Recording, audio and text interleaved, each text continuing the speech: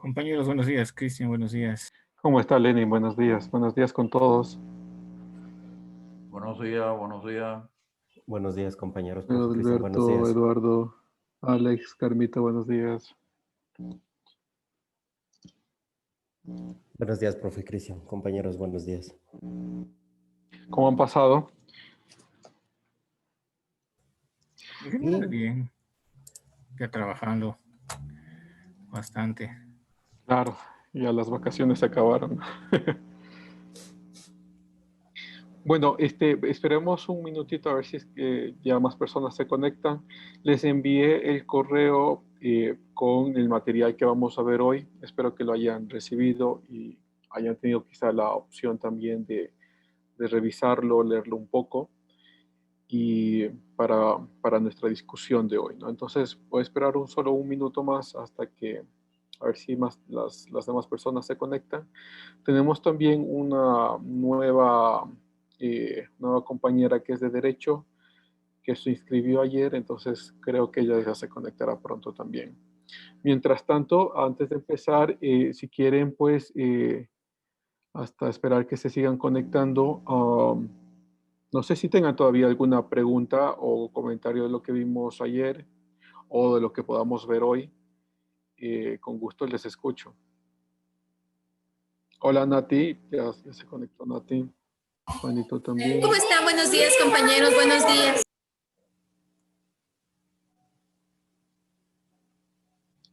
Buenos días, Juanito. Buenos días, mi estimado Cristian. Buenos días, compañeros. Carmita, buenos días. Buenos días, ¿cómo le van, compañeros? Buenos días con todos y todas. Cristian, yo quisiera nomás hacer una observación sobre una discusión que pasó ayer sobre el tema de la utilización de los números. No sé si tiene unos 2 minutitos. Sí, por favor. Antes Claro, de empezar con lo de hoy, con gusto.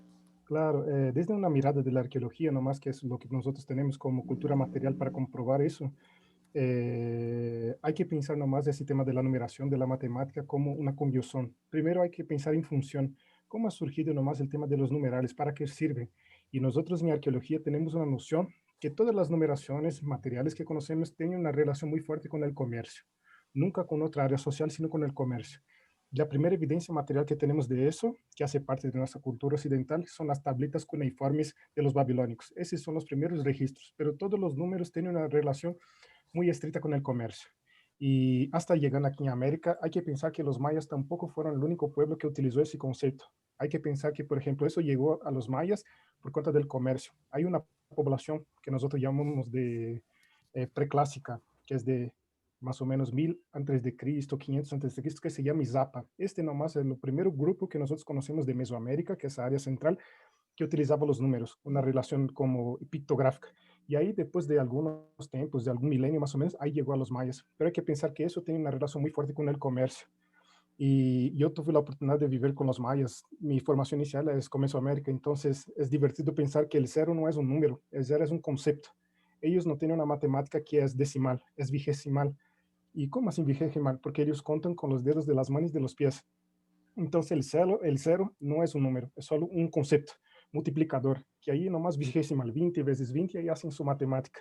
Pero es algo muy común de las civilizaciones, el tema de la matemática, del desarrollo, ¿no? Pero un tema es factible, es que tiene a ver con la economía, nunca con otras áreas, sino primero con la economía, y la economía y el comercio hace con que todos los pueblos de alguna forma se conecten. Eso nomás es desde de la mirada de la arqueología, mi amigo. No, me parece muy interesante tu comentario, Alex, porque, claro, de los sistemas, por lo menos lo último que dijiste, de los sistemas numéricos, claro, el decimal es quizá el más utilizado, pero por ejemplo, en informática se utiliza en los ceros y unos y nada más, y se utiliza en el sistema vigesimal en el caso de los mayas, pues nos da otra relación de que la organización de los números pueden ser diferentes, pero la misma concepción está por detrás, ¿no? Es decir, que los números siguen siendo los números, y tú decías, bueno, se han utilizado en el comercio y en la economía en principio, y me parece muy interesante el comentario que haces porque a la final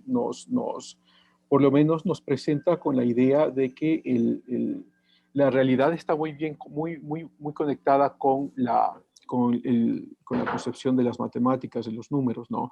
Sin embargo, como la discusión de ayer era un poco más pensando en si es que los números fueran, o la lógica de la numeración matemática fuera diferente, no podríamos entendernos entre culturas y no podríamos entendernos lo que han hecho otras culturas tampoco, ¿no? Porque sigue siendo, aunque sea vigesimal o por ejemplo, si fuera decimal como la nuestra, o como en la programación informática, que son solo ceros y unos.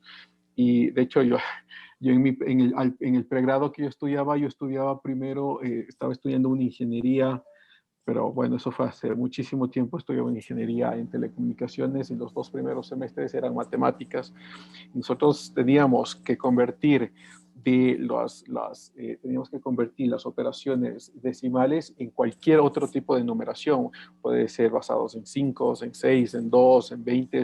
Incluso nos tocó una vez hacer una numeración de 100, que era extremadamente complejo, pero la lógica sigue siendo la misma por detrás, ¿no? O sea, sigue siendo la misma lógica de la conjunción de los números.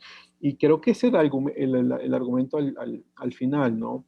Pero lo que dices, Alex, me parece pues extremadamente interesante y valioso, además, porque nos das la perspectiva de cómo se utilizaban en las culturas, tú decías, en la cultura mesoamericana, que era sobre todo en el comercio y en la economía, y eso está muy bien, me parece un aporte muy interesante. No sé si Alex quieras decir algo más ahí. Creo que Eduardo también quiere decir algo. Profe Cristian, buenos días. Profe Buenos días. Cristian, compañeros, buenos días. Ayer, pues, personalmente esta duda se arraigó en mi persona, ¿no? En relación a lo que discutíamos de San Agustín. En función a esto de la felicidad, si se legisla o no, y parece que estaba confundiendo ayer entre felicidad y moralidad. ¿Son dimensiones que deben aproximarse o separarse? Esa es mi pregunta, profe Cristian. Claro, en el caso, gracias Eduardo, en el caso de Agustín, la felicidad caería en los términos de la prescripción, ¿no? Ustedes recuerdan ayer que vimos un poquito que había entonces normativas que eran prohibitivas y normativas que eran prescriptivas, y la felicidad caería como en ello, porque creo que Juanito lo había dicho también. La felicidad entonces, de acuerdo a Agustín, la forma de encontrarla sería a través del acercamiento con Dios, y si es que eso es verdad, es una prescripción. Entonces, las prescripciones no se podrían legislar, sino que se dejan abiertamente para que cualquiera lo pueda hacer si es que lo quiera hacer. Entonces, sí hay una diferenciación ahí muy interesante en el aspecto de, bueno, uno dice, bueno, yo no quiero ser feliz de esa forma, quiero ser feliz de otra forma y encontrar felicidad de otra forma. Claro, tiene toda la libertad de hacerlo porque no es una prohibición, sino una prescripción, ¿no? Pero lo que Agustín sí propondría es que lo que se debe legislar son las prohibiciones, ¿no? Todos los nos, y las otras cosas que son prescripciones. Eso no se puede legislar porque no se puede legislar el amor, por ejemplo, y además que sería ilógico legislar el amor porque sería una imposición de una prescripción. Entonces esas cosas no se pueden legislar, igual que la libertad tampoco se podría legislar porque es una prescripción. No sé si ahí queda un poco más claro, Eduardo. Sí, profe Cristian, y justo esto creo que se conecta con un argumento del matrimonio igualitario que se legisló, ¿no es cierto? Porque decían, había un argumento, yo escuché por ahí, dejen que se amen, y ahí pues el amor está tomando un camino distinto, ¿no? O sea, ya nos metemos a un plano en donde estamos definiendo un tipo de amor que realmente sí preocupa. Claro, bueno, por lo menos en la parte teórica sí uno puede entrar en mucha discusión al respecto, porque ¿cómo defines amor? Y si es que es necesario que el gobierno legisle el amor, ¿no? Porque es una prescripción al fin y al cabo, como lo diría Agustín. Es lo mismo que legislar de la libertad o legislar la felicidad, ¿no? ¿Cómo legislas eso? Son solo prescripciones. Entonces, como son prescripciones, no podría, por lo menos desde el punto de vista de Agustín, no podrías legislarlo, sino simplemente legislas las que son las prohibiciones, y el resto, pues, cada uno decide qué es lo que quiere hacer. Ya, Gracias, profe. Eduardo. No sé si alguien quiera comentar un poco más de lo que vimos ayer, si no, pues pasamos a lo que vamos a ver hoy día. ¿sí? Simplemente en asuntos varios que ya tenemos obispo auxiliar, ¿no? Es el padre Gerardo. Sí, me comuniqué con ellos hoy, estaba muy contento. Sí, es nuevo obispo auxiliar de Riobamba y le va a nombrar vicario al Juanito, dice. A los pecadores no entran en ese ámbito, querido Lenin. Estoy bien como catequista. No, pero bien, bien, ¿no? No me sorprende, ¿no? Es muy cercano y lo va a hacer bien, que Dios lo bendiga nada más. Sí, Sí, sí. sí, un gran Pues eso académico, es una un función gran muy ser importante. humano, Sí, un sí, gran sí. ser humano. Bueno, muchas gracias, Lenin. Es una noticia, sí, yo me enteré ayer, le felicité a Gerardo, estaba contento. Ah, y sale, bueno, esto es para otra conversación, si algún rato la tenemos, sale justo en el medio de las declaraciones del Papa, ¿no? Y en medio de la encíclica que acaba de publicar hace, creo que fue ayer o antier, Así. esta encíclica donde para muchos de los católicos está contrayendo una doctrina milenaria de la Iglesia, pero bueno, entonces eso será quizá para otra ocasión. Lo que vamos a ver hoy, si es que no hay más comentarios de lo que vimos ayer, eh,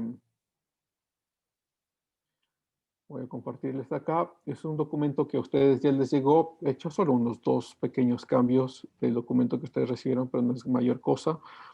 Es sobre los documentos federales, ¿no? Lo que se llaman los Federalist Papers, que fueron escritos en el siglo XVIII como una suerte de apoyo a los procesos de independencia y de la construcción de un nuevo Estado que estaba pasando alrededor de Norteamérica, ¿no? En Estados Unidos, que no se llamaba todavía Estados Unidos, pero se estaba construyendo este proceso, ¿no? Entonces, estos ensayos se convierten en unos ensayos de filosofía política muy pragmática en el sentido en el que ponen la suerte de la legalidad y la moralidad y el sistema de legislación y el sistema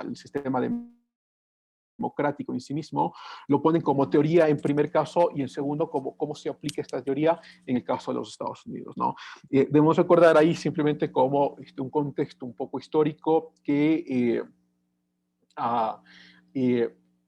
teníamos entonces la independencia de Estados Unidos en 1776 y a partir de ella, de hecho, la Declaración de Independencia se toma como una de las bases para lo que se llamará después la Carta de Derechos Humanos que se crea en Francia a través de la Revolución Francesa y luego unos años posteriores, del 89, parece que era ya en 90, 91 por ahí, se crea la Carta de Derechos Humanos de las Mujeres, muy similar a la Carta de Derechos Humanos del Hombre que se había creado en Francia, con cambio obviamente de terminología en vez de masculino y femenino, y con unos pequeños cambios, pero básicamente eran lo mismo, ¿no? Pero todo viene entonces de una aproximación teórica que se hace a través de la Ilustración del siglo XVIII, y esta ilustración entonces nos lleva quizá a una división que es importante hacerla, ¿no? Es decir, una ilustración en la que toman todos los ilustrados toman los mismos valores en sí, pero con una fundamentación diferente, ¿no? En el caso de los franceses, quizá exceptuando a Alexis de Tocqueville, que es el que vamos a ver el día de mañana,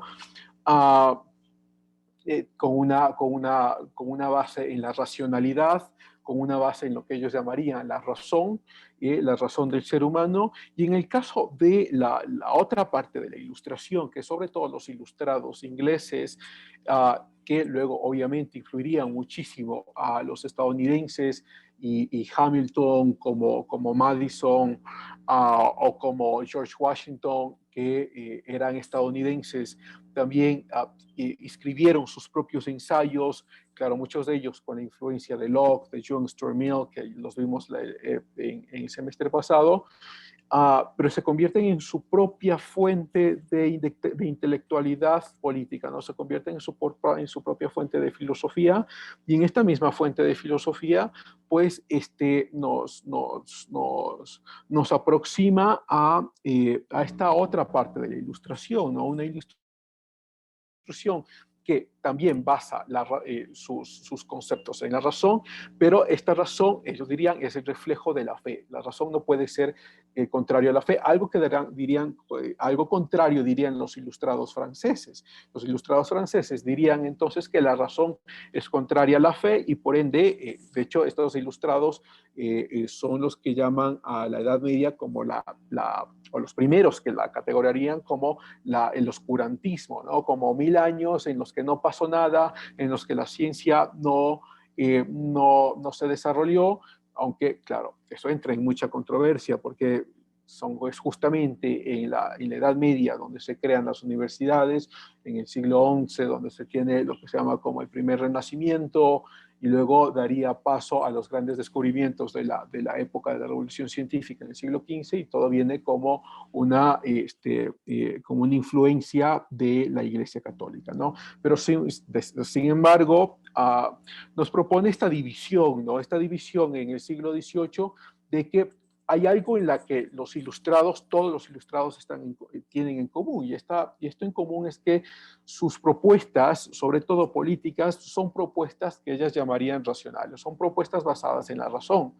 Pero claro, tenemos entonces, ya a partir de este común denominador, tendríamos una diferencia, una división que sí es importante, ¿no? Unos ilustrados que dirían que la razón es muy contraria a la fe, y esos son muchos de los ilustrados franceses, y otros ilustrados, sobre todo ingleses y estadounidenses, que dirían que la razón es el reflejo de la fe y las dos vienen relacionadas, ¿no?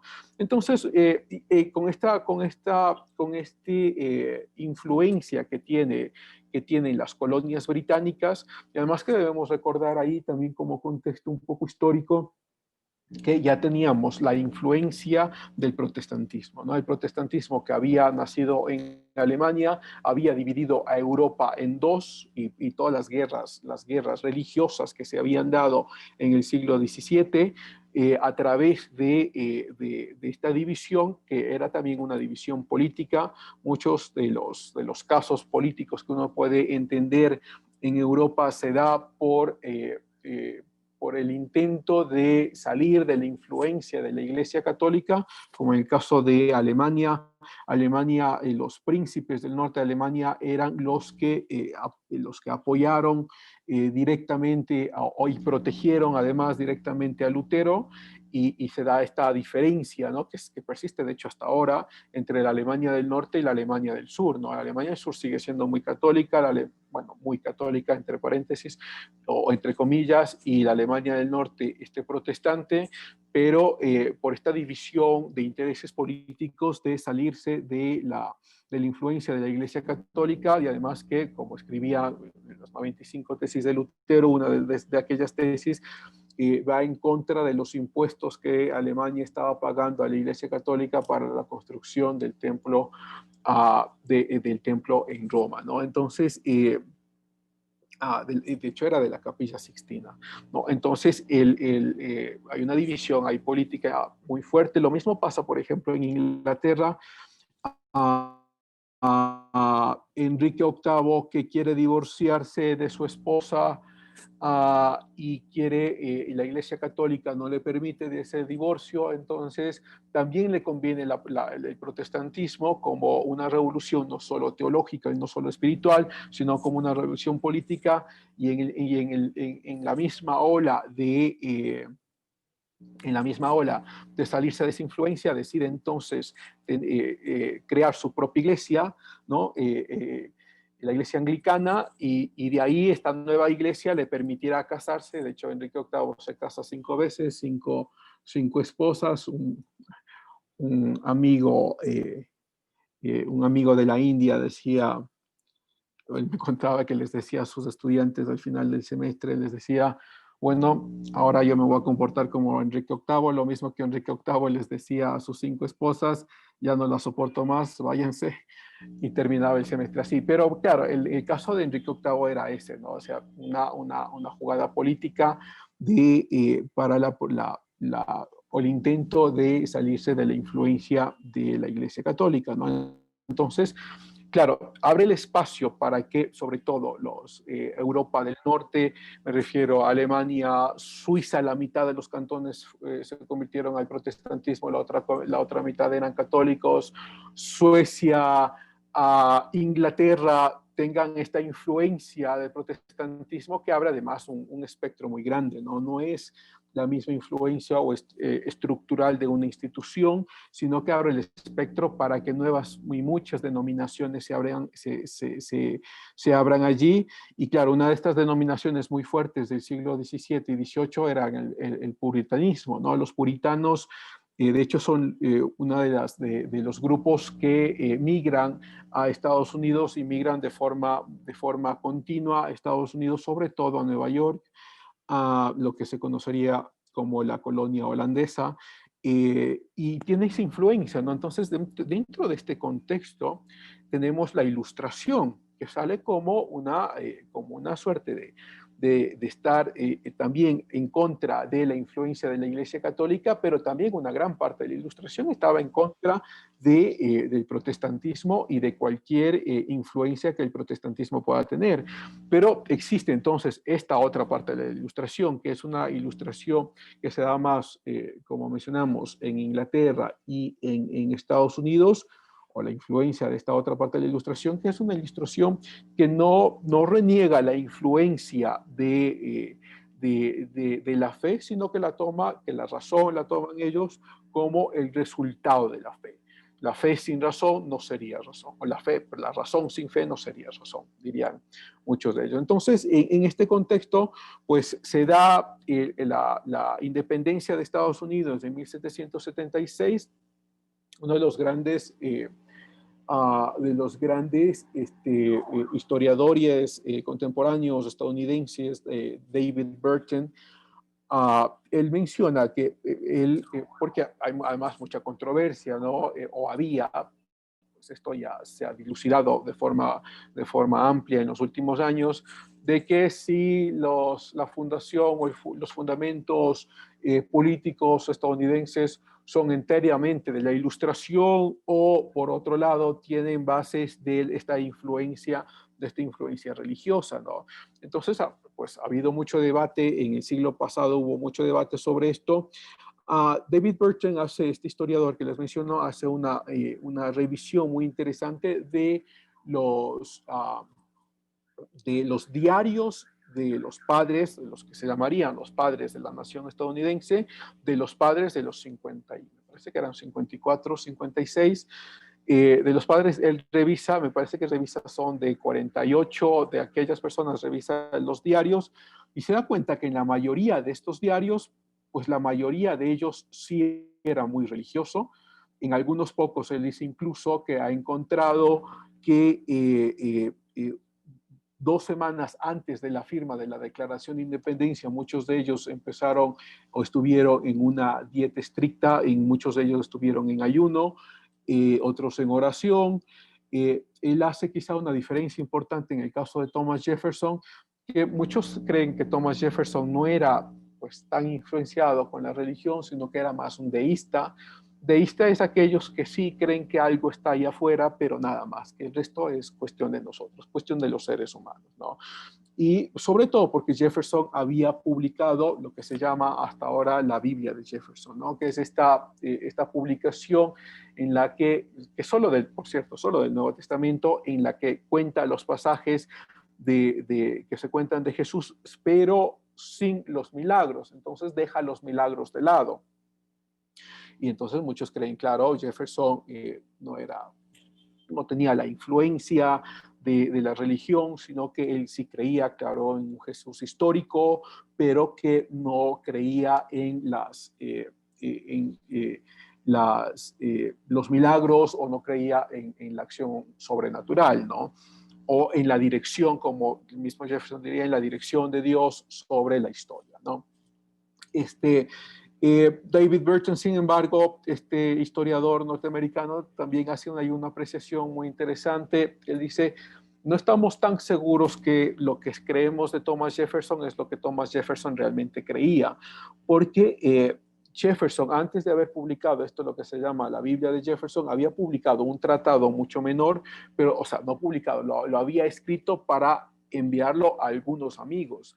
Y en esta carta que envía a algunos amigos, había cogido únicamente entonces los pasajes de los milagros de Jesús sin las otras cosas. Y entonces en esta misma carta a estos amigos, donde les envía esta publicación que él tiene, que es privada, al fin y al cabo, les dice, bueno, ahora que he hecho esto, me tocará hacer lo otro, que es publicar algo que no tenga los milagros, ¿no? Pero bueno, de todas maneras, la idea es que hay estos dos tipos de ilustración, estos dos tipos de aproximación a lo que estaba pasando en la política de Europa y en la política estadounidense o de América del Norte, al fin y al cabo, en el siglo XIX, perdón, siglo XVIII, y entonces lo que vamos a ver hoy son estos de los documentos federales, ¿no? Estos documentos, y ojalá lo puedan algún rato bajar y algún rato leerlos, no son ensayos, sí son muchos ensayos, eso sí, pero no son ensayos muy largos, ¿no? Son ensayos de 3, 4 páginas, creo que el más grande tiene 8 páginas, pero son ensayos de filosofía política, la mayoría, los otros son ensayos de aplicabilidad de este sistema político, filosófico, y otros pocos ensayos de la aproximación a los pueblos o a los estados que no estaban o no querían firmar esta nueva constitución. Bueno, la primera y única constitución que se había realizado. Y estos eran sobre todo los estados de Nueva York y Virginia, que no querían aprobarlo. Y muchos creen que estos documentos federales, estos ensayos de la Federación Estadounidense, fueron escritos para los ciudadanos de Nueva York y para los ciudadanos de Virginia en una suerte de aproximación teórica y práctica de qué significa y cuáles son las bondades. Y en algunos casos, por ejemplo, en el caso de Madison también hace algunas críticas a la Constitución y cuáles serían los peligros que podemos ver en ella. Entonces, pero sin embargo, con la intencionalidad de que los ciudadanos de estos dos estados puedan leer estos ensayos, puedan ver las bondades más allá de los posibles peligros o perjuicios que pueda tener esta Constitución y puedan acceder a votar entonces a favor de esta nueva Constitución. Claro, uno de los peligros que estos dos estados, bueno, todos los estados de hecho, pero sobre todo estos dos estados, uno de los peligros que veían era que todos eran estados independientes, ¿no? El estado de Nueva York, el estado de Virginia, de Florida, todos eran estados, bueno, el de Florida se fue mucho más tarde, pero los estados eran independientes. Entonces, el miedo que tenían era que iban a perder su independencia para ser parte de una nación más grande, ¿no? Y en este miedo es que se propone este sistema federal, que es lo que, por lo menos en teoría, vamos a ver cómo es que funciona este sistema federal, que se propone como independencia para los estados, pero sin embargo vinculados directamente a un poder central. Entonces, muchos de estos estados tenían una animadversión con esta nueva propuesta porque no querían dejar de ser independientes, querían tener su propio sistema de legislación, su propio sistema de actuación, de representación, representatividad y demás. Y de eso, por ejemplo, uno de los ejemplos quizá clásicos de eso, que cuando ya se crea la nación estadounidense, también en la primera legalidad, ya no en la Constitución, sino en los primeros sistemas legales que se crean, se aprueba la independencia de los estados en legislaciones que no sean contrarias a la Constitución. Y entonces, muchos de los estados deciden aprobar, por ejemplo, la esclavitud como una función legal de estos estados, pero otros estados no. De hecho, el primer estado, en el mismo, creo que en 1776 también, o unos poquitos años después, si no estoy mal, uno de los primeros estados que decide abolir la esclavitud fue Vermont, de hecho creo que fue el primer estado que decide abolir la esclavitud, porque tenía la independencia para hacerlo. Y son los estados, y luego los estados del sur que empiezan también a abolir la esclavitud, y luego, claro, la mayoría de los estados tenía todavía la esclavitud de forma legal, pero luego ya vendrá, después en el siglo posterior, vendrá a Abraham Lincoln, y él ya con una aprobación, un apoyo de los estados, constituye la aprobación legal, al fin y al cabo, de la emancipación de los esclavos, ¿no? Pero esto para dejarnos entender que el sistema federal, que es lo que vamos a ver hoy, es un sistema bastante complejo, es un sistema que pretende ser funcional como una nación completa, como diríamos las naciones latinoamericanas, pero que tiene y da mucha independencia a los estados para legislaciones independientes. Entonces, como decíamos, este es como el preámbulo, ¿no? Estos documentos federales fueron escritos con la idea de que los estados aprueben, la mayoría de ellos ya había aprobado, los que no habían aprobado era todavía Nueva York y Virginia, que estos estados aprueben entonces la Constitución, ¿no? Bueno, todos estos escritos son 87 ensayos, como lo pueden ver acá. Fueron escritos por 3 personas, James Madison, Alexander Hamilton y John Hay.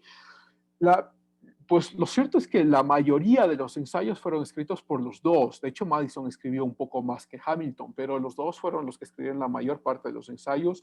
John Hay, pues ahí muchos se burlan de John Hay como aquel del grupo que solo aparece al final y pone su nombre. Pues sí, John Hay había escrito solo 5 ensayos, pero aparece también como el autor de estos documentos federales. Lo interesante es que estos autores no pusieron su nombre dentro de los documentos federales, no pusieron que estos documentos y este ensayo es de mi autoría. No, todos firmaron con el nombre de Publio. Y Publio, claro, refiriéndose a este personaje griego, pero con una suerte de anonimato para que los ciudadanos que iban a leer estos documentos no crean que estos vienen de las mismas personas que han hecho el documento, entonces estas mismas personas nos quieren manipular para que nosotros estemos de acuerdo, sino que lo hacen con una suerte de anonimato para que haya espacio también para la crítica, y esa crítica no sea pues tan directa y tan dirigida a los autores, o sea, a Madison, a Hamilton y a Hay. Entonces lo escriben en anonimato, ¿no? Y en la primera escritura y en la primera impresión se los distribuye en todos los estados muy escuetamente, pero sobre todo en los estados que hemos mencionado, ¿no?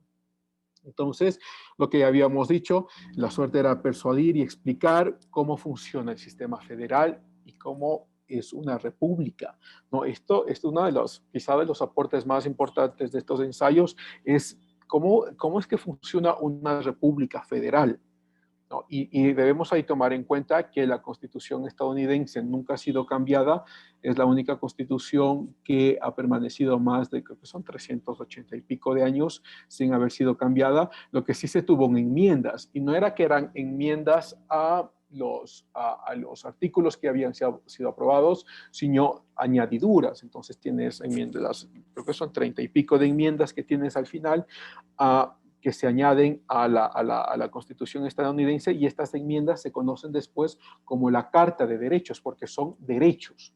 Son los derechos, y de hecho al final de esta sesión vamos a revisar unos pocos de ellos, son los derechos que esta nueva Constitución establece para todos los estados, ¿no? Entonces, si uno quiere ver ahí como algún tipo de aproximación a los derechos humanos en la Ilustración, son estas, ¿no? Es decir, la Declaración de Independencia de los Estados Unidos, la Declaración de los Derechos Humanos en Francia, de los derechos del hombre en Francia, luego de los derechos de mujer también que se hizo en Francia, esta Carta de Derechos que son las enmiendas a la Constitución estadounidense.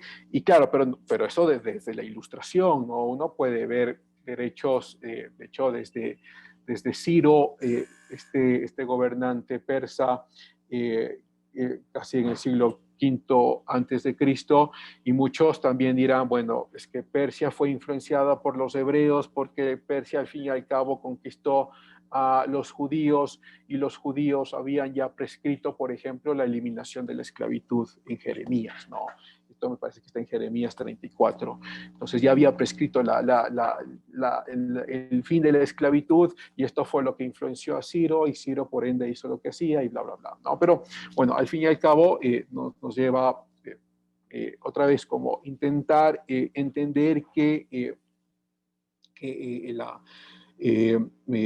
hay hay cómo hacer un argumento de que se puede encontrar estos fundamentos de los derechos humanos ya desde la Ilustración, ¿no? Entonces, lo que habíamos dicho al principio, ¿no? Estoy en este punto acá, en nuestro segundo punto.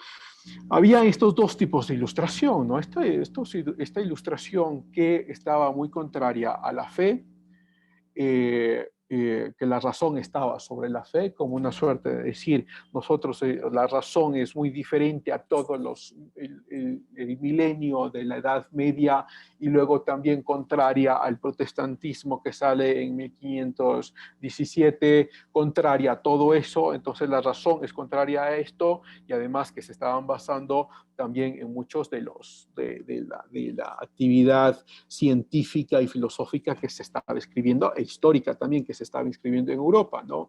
Entonces existe esta parte de la Ilustración, pero bueno, existe también esta otra parte de la Ilustración que piensan que eran además los federales, bueno, la mayoría, pongámoslo así, ¿no? La mayoría de los federalistas, en el caso de estos tres, diríamos que todos, pero a los federalistas me refiero como a los padres de la Revolución Americana, como una suerte de pensar, no, la razón es una representación de la fe, la una no puede existir sin la otra, ¿no? Y en esto, entonces, se imprime, ¿no?, la Constitución estadounidense. Uno de los, quizá la pregunta central que sale de esta primera Constitución, y pues de hecho, de estos papeles federales, una pregunta central que sale es, ¿puede una Constitución establecer un buen gobierno a través de la razón, o estamos condenados a las causas y efectos de la sociedad?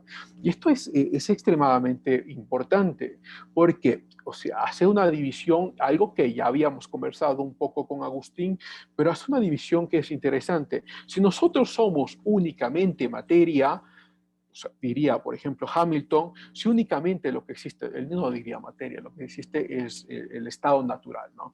Si lo único que existe es el estado natural, entonces estamos gobernados por las leyes de la física en el estado natural. Es decir, hay causa y consecuencia y simplemente estamos gobernados por ellos, y en estas causas y consecuencias, entonces nos proponemos generar un gobierno que responda a las funcionalidades de causas y consecuencias que tenga la sociedad, ¿no?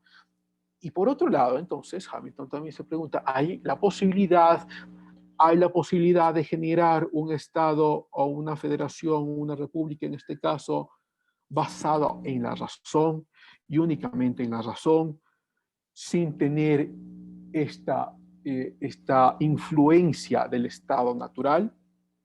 ¿No? Y de hecho es una pregunta que lleva a todos los ensayos, al fin y al cabo, que es un hilo conductor de todos los ensayos, ¿no? Es decir, si dejamos otra vez, ¿no?, si dejamos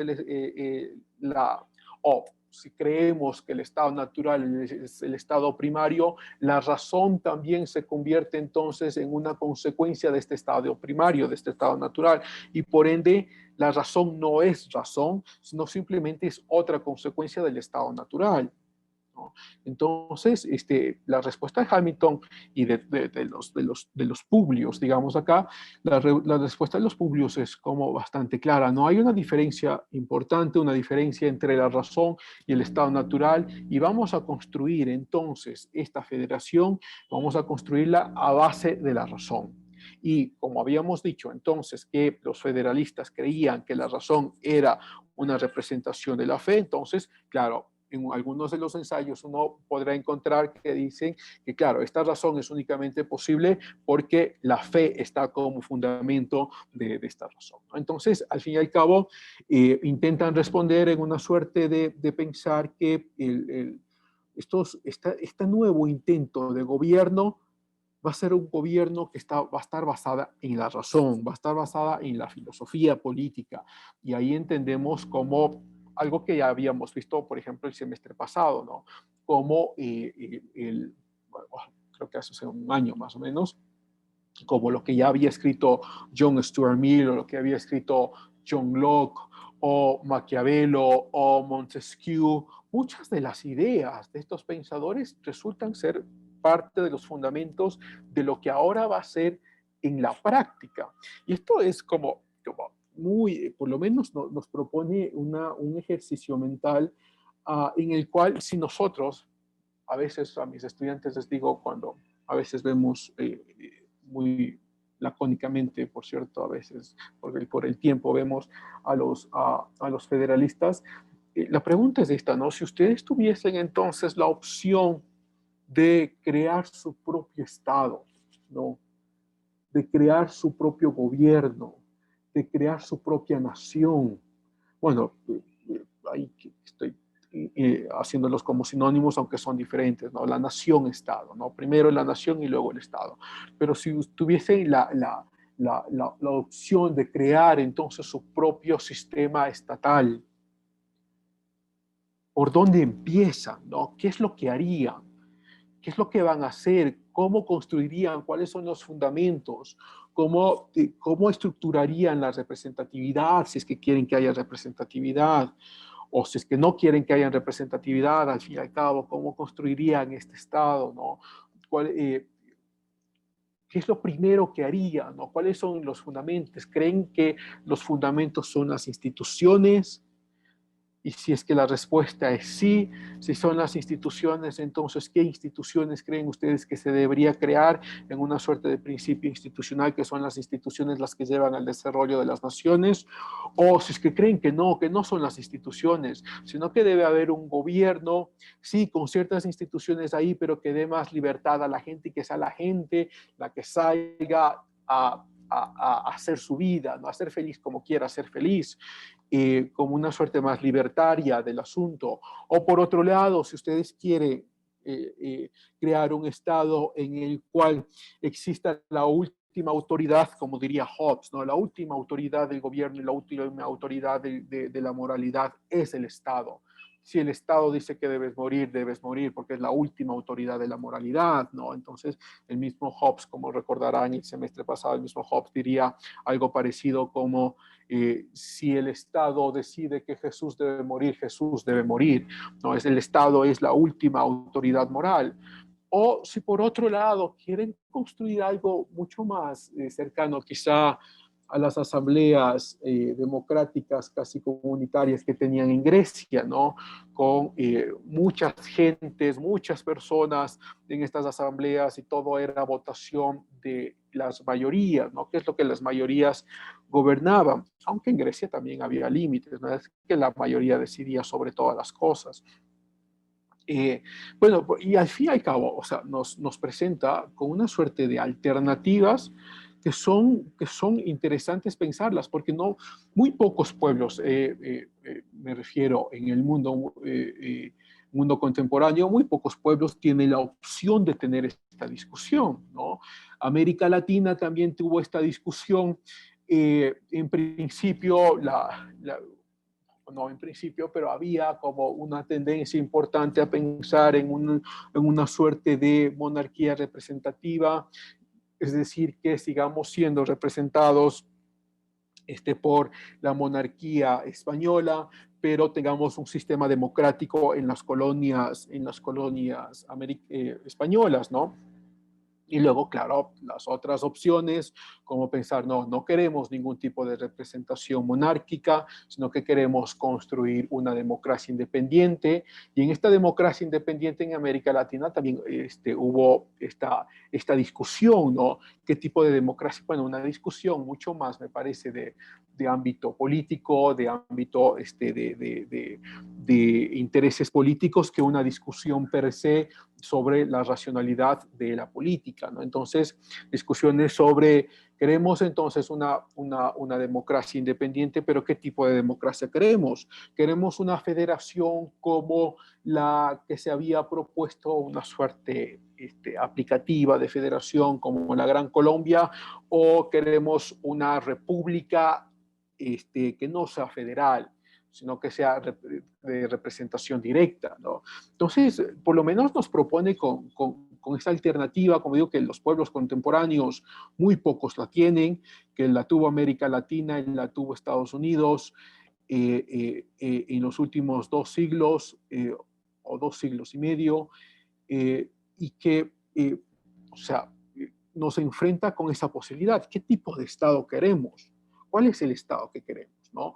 Y entonces, en el caso de los papeles federales, pues en esta discusión de muchos años, bueno, de muchos años, digo, años previos a la aprobación de la Constitución, porque pasaron alrededor de 10 años, casi una década, entre la declaración de independencia y la aprobación de la Constitución, hasta la última aprobación de la Constitución, años en los que se debatía, o sea, ¿qué tipo de Estado es el que vamos a querer? Y en el caso de la independencia de Estados Unidos también era la misma discusión.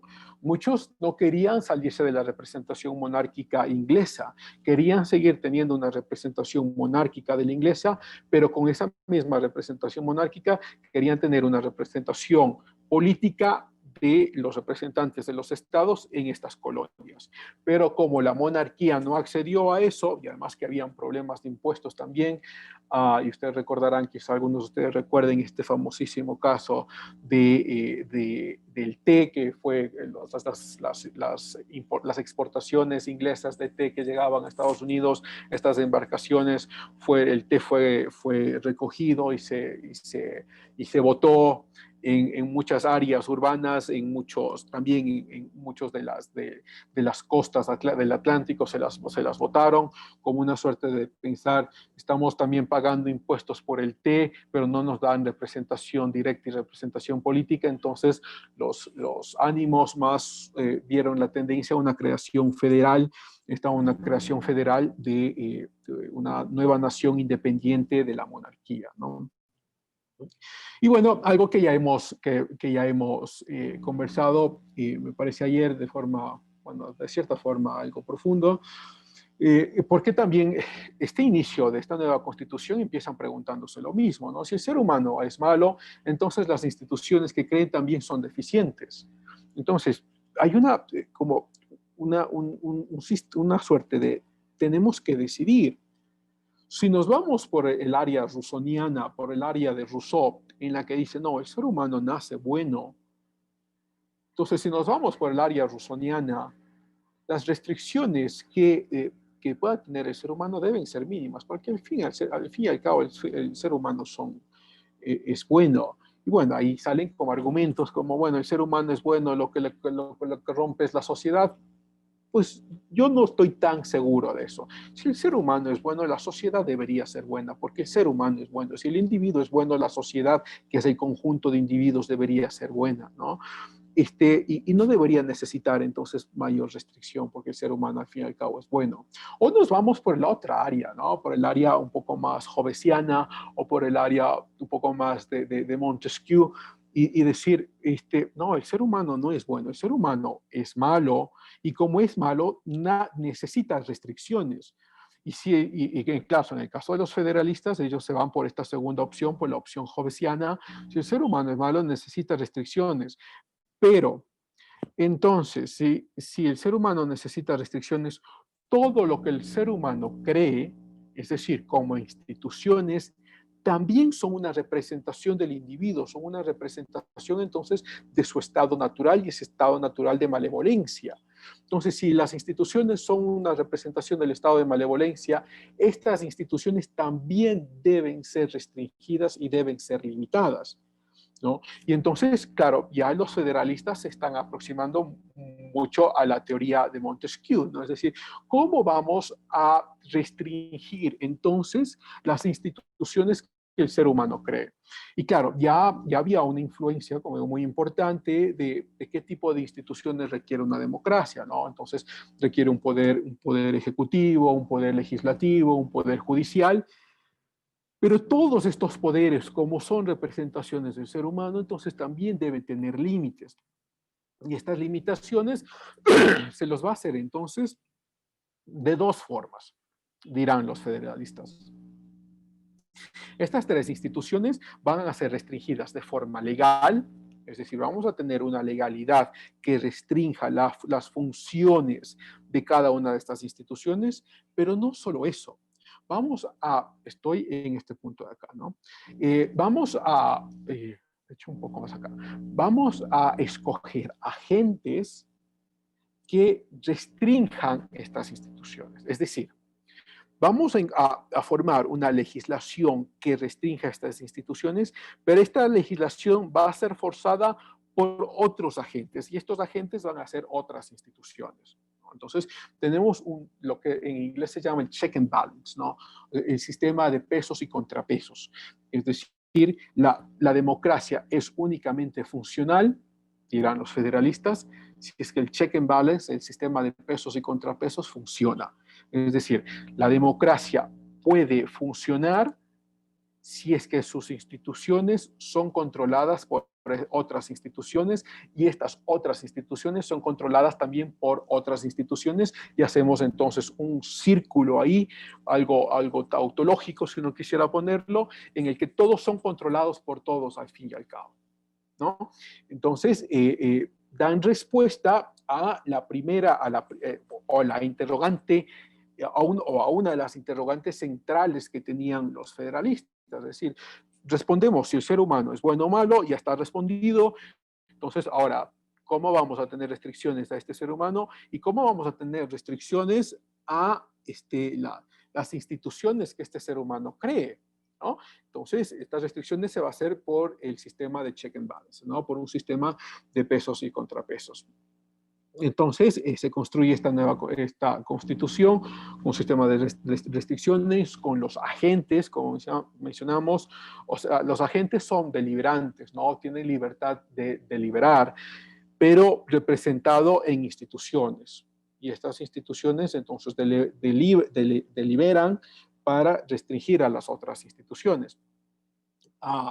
Y se crea, bueno, las ramas del gubernamentales, ya voy a ir allá, pero hay algo que lo he puesto antes que es interesante, ¿no? Porque al fin y al cabo, todos estos son los puntos que los federalistas están discutiendo, que son las ventajas de esta nueva constitución, y una de estas ventajas, ellos dicen, es el voto voluntario, ¿no? Es decir, que no hay, o la representación que vamos a ver en estas tres ramas, y que todas estas tres ramas son entonces representación de un voto o de un voto voluntario, que este voto sea entonces voluntario en todo su sentido.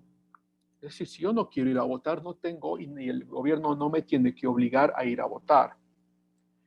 Y tampoco lo otro, ¿no? Es decir, que no me puede obligar a votar por esta persona o por este partido o votar por esta tendencia política o votar por esta otra tendencia política. No. O sea, hay un voto voluntario en la que yo pueda decidir dentro de las tendencias políticas que me ofrecen, yo pueda decidir libremente qué es lo que voy a votar, pero no solo eso. Dentro de esas mismas tendencias políticas, o sea, yo voy a votar, ya vamos a ver cómo funciona esto. Voy a votar entonces por el Congreso o por los congresistas, voy a votar por un presidente, pero también voy a votar por un sistema judicial. Ya les voy a explicar un poco cómo funciona esto. O sea, pero este voto es entonces por un voto, es un voto independiente que no me debe restringir por qué ideologías políticas o por qué candidatos voy a votar, pero tampoco me debe obligar a ir a votar. Es decir, si yo quiero votar, lo haré, si no quiero votar, no lo haré. Los índices de ausentismo en las votaciones estadounidenses del último siglo ha ido bajando constantemente. Se espera que, de hecho, las elecciones son en 2 semanas, las elecciones de presidente. Se espera que en estas últimas elecciones el índice de ausentismo sea histórico, sea aún mucho menor que todas las elecciones anteriores y comparados con todo el siglo que tenemos información, ¿no? Entonces, muy contrario, uno pensaría a las democracias, bueno, a la mayoría de democracias latinoamericanas, ¿no? Hay unas pocas excepciones ahí, como Colombia, que el voto es voluntario, pero es la misma, o por lo menos entra dentro del mismo contexto de pregunta, ¿no? Es decir, qué tipo de Estado queremos y en el caso del voto, qué tipo de voto, si es que tuviésemos la oportunidad de elegir, ¿no? ¿Qué tipo de votación queremos? Queremos una votación entonces que sea libre en todo su sentido, que no nos obliguen a ir a votar. Si no quiero ir a votar, el gobierno no tiene que obligarme a ir a votar. Y eso, claro, el contrapunto de eso, la argumentación contraria es que perdemos la representatividad. Y la respuesta a eso es, pero es que muchos van a votar sin saber por quién votar. No hay representatividad en alguien que vota por lo que no sabe por qué está votando. Pero de todas maneras surge la argumentación, ¿no? O queremos un sistema de elecciones en los que sea obligatorio el voto. Y como decía, la argumentación entonces contraria a la obligación del voto es que muchos no saben por quién votar y uno dice, es que es un sistema representativo. Al fin y al cabo, puede ser que no sea representativo porque la gente que va a votar no sabe por quién votar, simplemente escoge a alguien por el requerimiento legal y pareciera, por lo menos en la forma en la que lo estamos poniendo acá, pareciera que un sistema voluntario es más representativo que un sistema obligado, ¿no? Porque los que van voluntariamente a votar saben por qué quieren votar y por quién quieren votar, o bueno, en teoría sabrían, podríamos poner algún caso o casos en los que no, pero en teoría, como es voluntario, saben por quién votar y entonces al fin y al cabo sería eso mucho más representativo que un sistema de votación en el que todos sean obligados a votar, porque al fin y al cabo muchos y un gran porcentaje de personas simplemente vota porque vota sin saber entonces cuáles son las propuestas, qué tipo de tendencia política tiene, qué tipo de representación o qué creencias tiene, por ejemplo, sobre la moralidad, sobre la economía, sobre derechos humanos, sobre comercio, sobre, o sea, ¿no? Por lo menos creo que tiene la obligación de saber los candidatos por los que voy a votar, qué es lo que creen y a partir de allí tomar mi elección, ¿no? Pero bueno, en el caso estadounidense se eligió entonces un voto voluntario y las tres ramas, ¿no? Las tres ramas que la decimos como casi teóricamente, ¿no? La legislativa, el ejecutivo y judicial. Sin embargo, en el caso de los papeles federales hay una diferencia importante. Este es un papel federal, este es una república federal. Y como es una república federal, la rama legislativa de esta federación no puede ser la misma rama legislativa de una república independiente, de una república de una democracia directa, ¿no? No puede ser lo mismo. Lo mismo que pasa si estudiásemos, por ejemplo, claro, lo que pasa es que estamos estudiando esta constitución estadounidense porque al fin y al cabo influye mucho a las nuevas constituciones que Europa decidirá luego en el siglo siguiente, ¿no? Entonces, en la rama legislativa tenemos estos representantes que son los que van a legislar, son los que van a imponer entonces las leyes y estas leyes que van a imponer tiene que ser una representación del Estado federal, es decir, que estas leyes que se van a imponer sean entonces, primero, leyes que son estatales y luego leyes que son federales, ¿no? Cuando uno habla de Congreso, entonces está hablando únicamente de las leyes federales, que es de lo que hablan los federalistas. Pero, claro, mencionan indirectamente a el otro tipo de legalidad que se está formando en sus propios estados, ¿no? Que es una legalidad que se forma para los estados. Y entonces tenemos esta rama legislativa, o sea, teóricamente se divide en dos, en la Casa de Representantes y en el Senado. Pero hay algo muy, muy interesante en esta construcción del Congreso, porque por ejemplo, en el caso de la Casa de Representantes, que se llamaría la Cámara Baja, los representantes son elegidos cada 2 años, lo que quiere decir que a la mitad del año el presidente, cualquiera que haya sido elegido, va a tener que lidiar con otra cámara baja diferente los otros 2 años. Y entonces los federalistas están proponiendo que esto es fundamental para el sistema de representación y el sistema de check and balance de pesos y contrapesos, porque supongamos en la práctica, entonces el gobierno se encuentra con una Cámara de Representantes muy contraria que le prohíbe hacer muchas de las cosas que quisiera hacer y el pueblo se da cuenta de eso, entonces el pueblo elegiría a una Cámara de Representantes diferente los 2 últimos años de gobierno, en el cual apoyarían las cosas que el gobierno quiera hacer. Pero también pasaría lo contrario, piensan, al menos teóricamente, ¿no? Es decir, si un presidente está haciendo, y una Cámara de Representantes le está permitiendo hacer al presidente cosas que no son beneficiosas para el pueblo, y el pueblo se da cuenta de esto, entonces el pueblo tiene la opción los 2 últimos años de escoger otra Cámara de Representantes que no le permita hacer al presidente lo que ha estado haciendo antes y que incluso pueda revisar lo que la otra Cámara hizo. Entonces, para los federalistas menciona, esto es extremadamente importante para la dinámica de la gobernanza de esta nueva república, ¿no? Entonces, ¿qué es lo que hace? Bueno, hay otras opciones, pero otras funcionalidades también, pero quizás las más importantes de la Cámara de Representantes es la creación, obviamente, de leyes y la modificación de impuestos. Ahora es mucho más complejo de lo que les voy a decir acá, pero si la Cámara de Representantes quiere aprobar leyes o quiere generar leyes, la Cámara de Representantes genera leyes, luego esta ley la pasa al Senado y este Senado, al final de aprobarla, la pasa a la función ejecutiva y luego la función ejecutiva, igual que pasa acá, tiene la funcionalidad de veto, pero este veto regresa entonces a la Casa de Representantes y luego al Senado.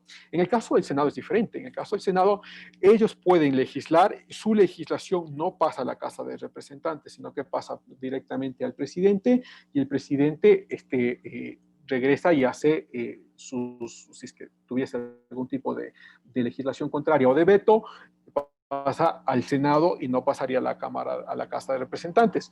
Ahora, la diferencia es también importante porque los dos legislan cosas que son diferentes, aunque los dos, en el caso de la Cámara de Representantes y el Senado, los dos discuten sobre el tema. Pero en el caso de la Cámara de Representantes es sobre todo la parte económica y en el caso del Senado es sobre todo la ratificación de tratados internacionales y aquí tengo que poner algo, bueno, no lo he puesto, pero es algo más también, que es la ratificación de la rama judicial, ¿no? Ya lo veremos un poco después. Bueno, entonces eso es cómo funciona el Senado, cómo funciona la Casa de Representantes, que en teoría los federalistas dirían, y hay algo que ahí me estoy olvidando también, ¿no? Los senadores entonces cambian cada 6 años. Pero la elección de los senadores no coincide, es decir, la elección de todos los senadores no es coincidente, sino que las 2/3 partes, más o menos, bueno, depende también el año, pero más o menos igual cada 2 o cada 3 años, las 2/3 partes entran a reelección o a sustitución. Entonces queda una tercera parte que sigue con el mismo presidente y luego tendrá otro Senado. Es decir, y en este caso los federalistas están diciendo lo mismo, ¿no? Los publios, hay una fortaleza del Senado que no coincide directamente con la representación del presidente, porque el Senado va cambiando también cada 3 años, a veces es cada 2 años, o sea, una parte del Senado también va cambiando en el término en el que el presidente se encuentre y una parte pequeña se queda todo el término del presidente y unos 2 años más cuando venga otro presidente, ¿no? Entonces, y la sustentación teórica sobre estos 6 años es porque los temas que trata el Senado son temas más importantes que los que trata la Casa de Representantes. Y el tema más importante que trata el Senado, sobre todo lo que mencionan los federalistas, es su relación directa con la rama judicial, porque es el Senado la que acepta, ya les explico un poco después, es la que acepta cuáles son las personas que van a ser parte de la rama judicial. Bueno, entonces así es como funciona esta rama legislativa. Luego la rama del Ejecutivo, ¿no? La rama del Ejecutivo tiene obviamente su presidente, su gabinete y su burocracia. Entonces el Ejecutivo es la representación del Estado y la representación de la institución. Y es importante hacer esta división porque, por ejemplo, en muchas de las naciones europeas como Alemania, Inglaterra, incluso Japón o Australia, tienes una monarquía, incluso España, ¿no? Tienes una monarquía que es la representación del Estado, pero tienes un presidente que es la representación de las instituciones, ¿no? En el caso de Estados Unidos, no. En el caso de Estados Unidos y todas las democracias, todas las democracias latinoamericanas, tienes un presidente que es la representación del Estado y es la representación de la institución que existe, es decir, de la burocracia. No es que puede decidir, yo voy a hacer con esta rama lo que yo quiero y con esta rama lo que quiero, lo que diría alguna vez nuestro expresidente, no soy el jefe del Estado y entonces yo voy a mandar sobre las otras ramas. No, en el caso de Estados Unidos son ramas muy diferentes, es representación de la institucionalidad, pero no quiere decir que vas a meterte en la institucionalidad a corromperla, ¿no? En el caso de la rama judicial, que es lo que nos habíamos detenido, la Corte Suprema, y de hecho si ustedes revisaron las noticias que pasaron las últimas 2 semanas, el presidente elige, o sea, el presidente puede decidir elegir a un representante para la Corte Suprema. Obviamente no es cualquier persona, tienen requisitos muy amplios como tener investigaciones, tener doctorado, tener experiencia en la rama estatal y en la rama federal por muchos años, creo que son 20 años de forma estatal, unos creo que son 5 o 6 años de forma federal. Entonces, con todos estos requisitos, el presidente envía a su candidato, que es uno solo, bueno, esto también depende un poco, porque si es que hay fallecimiento, si es que hay muerte de alguno, porque la mayoría de los que se quedan en la Corte Suprema se quedan de por vida, a menos de que decidan retirarse, a menos de que fallezcan o tengan invalidez de alguna forma. Entonces, en esos casos, que son casos fuertitos, entonces al presidente le tocaría enviar uno o dos, o quizá unos 2 más o 3, lo que le toque enviar de acuerdo a lo que está pasando en la Corte Suprema. Pero en todo caso, el presidente envía su representante al Senado, que es este legislativo que estamos acá, que son estos legisladores que duran 6 años. Entonces envía a su representante al Senado y el Senado tiene 2 rondas. Una ronda de preguntas, que es una ronda muy fuerte, por cierto. O sea, primero hacen una valoración de todos los requisitos y prerequisitos que se necesitan para la elección de estos jueces, y luego tienen una ronda, que es la que pasó hace semana y media, una ronda de preguntas y debates que son intensos. Lo que se hizo hace semana y media no fue tan intenso porque los demócratas no quisieron estar en el debate, de hecho se retiraron del Senado, quedaron solo los republicanos, pero lo que normalmente pasa es que son demócratas y republicanos, bueno, también hay Partido Verde, pero son muy poquitos que no están representativos. Entonces, son los demócratas y los republicanos que se sientan a interrogar, y es de forma oral y de forma pública, a interrogar al candidato que viene de la presidencia. Y lo interrogan no únicamente de las leyes que debería saber de forma estatal y de forma federal, sino que también interrogan de filosofía política, de la teoría judicial, que está por detrás de los elementos de la federación. O sea, todo eso es una interrogación que dura muchas horas, es de forma oral y no hay límite de duración en ello.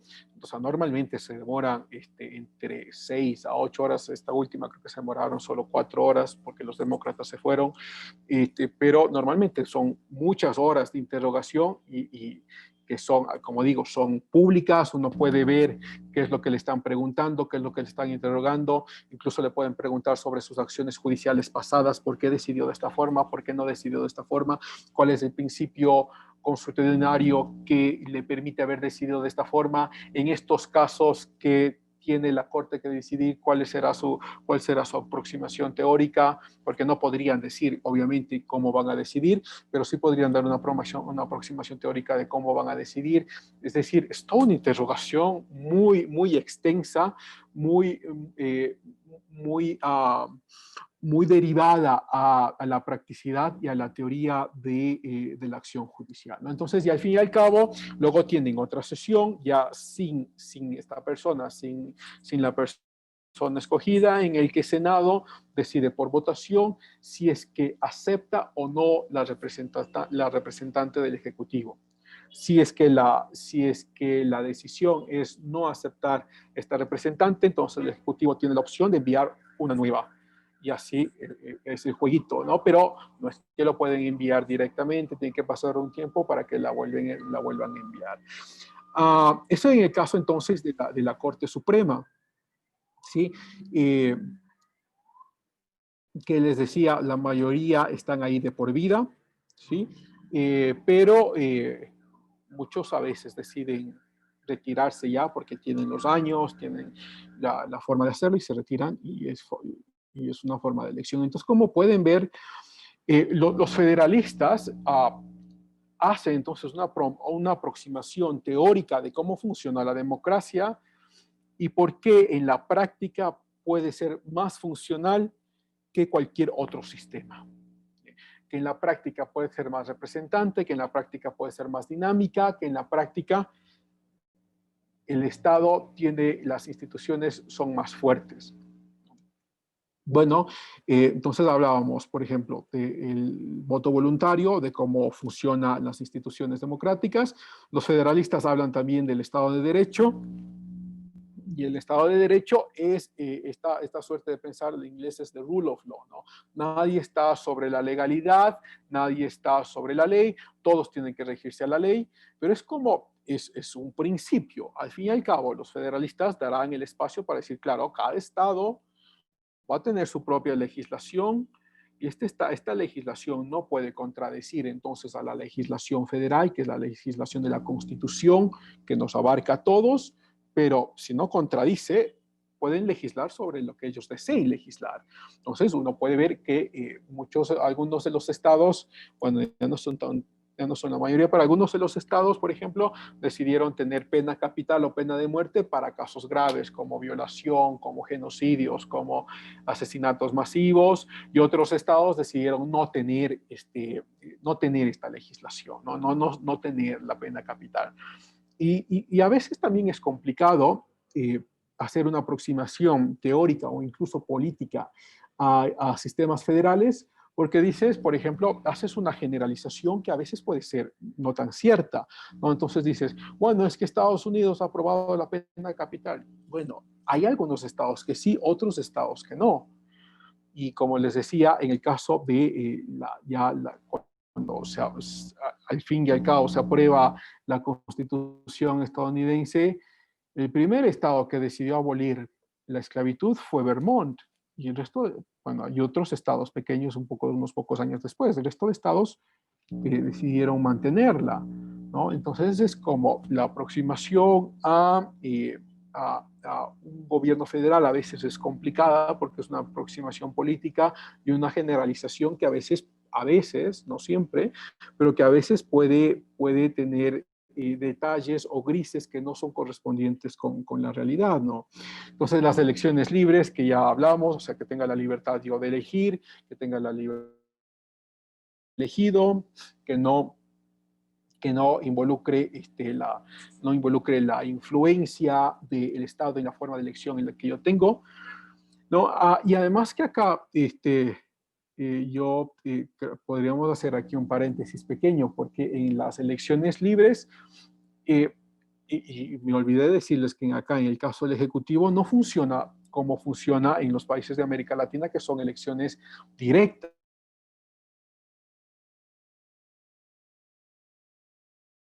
estos estados, que eran los estados que conformaron los Estados Unidos, eran estados independientes. Estos estados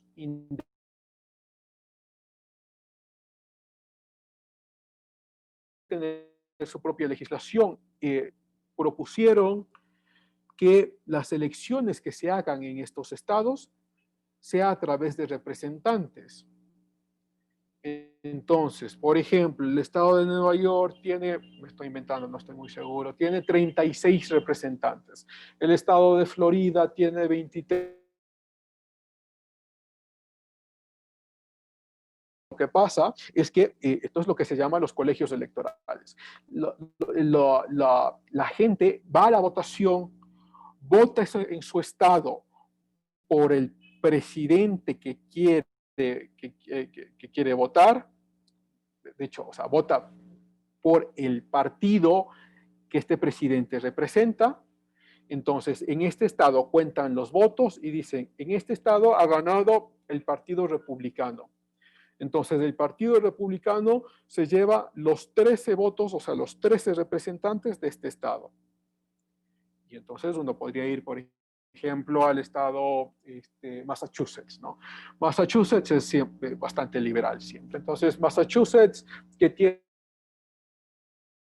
la gente que quiere votar por el presidente, va a las elecciones, vota por el partido político, y si yo voto por el Partido Demócrata, cuyos representantes de esta persona, a la final se cuentan los votos y dicen, bueno, demócrata, y como este estado tiene 14 representantes, entonces los 14 votos se van para el representante del Partido Demócrata, ¿no?